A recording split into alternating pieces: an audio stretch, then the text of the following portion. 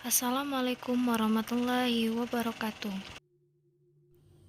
Baiklah, kami dari kelompok 11 yang beranggota Feli Andelia NIM 1830202209 dan Merianti 1820202127.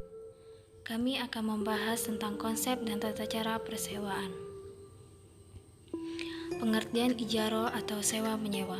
Sewa menyewa atau al-ijaro berasal dari kata al-ajuru yang berarti al-wadu, ganti. Sedangkan menurut pengertian syara, al-ijaro ialah urusan sewa menyewa yang jelas manfaatnya dan tujuannya, dapat diserah terimakan, boleh diganti dengan upah yang telah diketahui atau gaji tertentu. Seperti halnya barang itu harus bermanfaat, misalkan rumah untuk ditempati, mobil untuk dinaiki. Sedangkan menurut para ulama, mendefinisikan ijaro ialah sewa menyewa atas manfaat satu barang atau jasa antara pemilik objek sewa dengan penyewa untuk mendapatkan imbalan berupa sewa atau upah bagi pemilik objek sewa. Selanjutnya, dasar hukum ijaro atau sewa menyewa. Yang pertama, dasar hukum ijaro dalam Al-Quran adalah terdapat dalam Quran surah Al-Talaq ayat 6. Jika mereka menyusukan anak-anakmu untukmu, maka berikanlah upahnya. Yang kedua, dasar hukum ijaro dari hadis, barang siapa yang meminta untuk menjadi buruh, beritahukanlah upahnya. Hadis riwayat Abdul Razak dari Abu Hurairah. Dan yang ketiga, landasan hukum dari ijma'-nya ialah umat Islam pada masa sahabat telah berijma' bahwa ijaro diperbolehkan sebab bermanfaat bagi manusia. Hukum ijaro atau sewa menyewa. Hukum ijaro dibagi menjadi dua, yaitu hukum sewa menyewa dan hukum upah mengupah. Hukum sewa menyewa dibolehkan ijaro atas barang mubah seperti rumah dan lain-lain, tetapi dilarang ijaro terhadap barang yang diharamkan.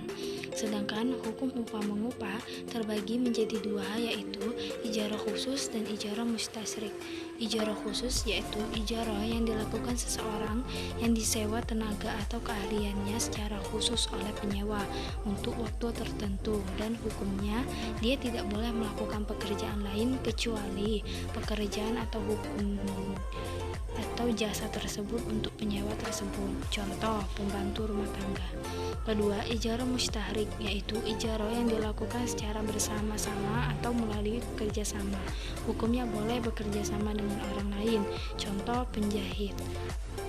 Selanjutnya, rukun ijaro atau sewa menyewa.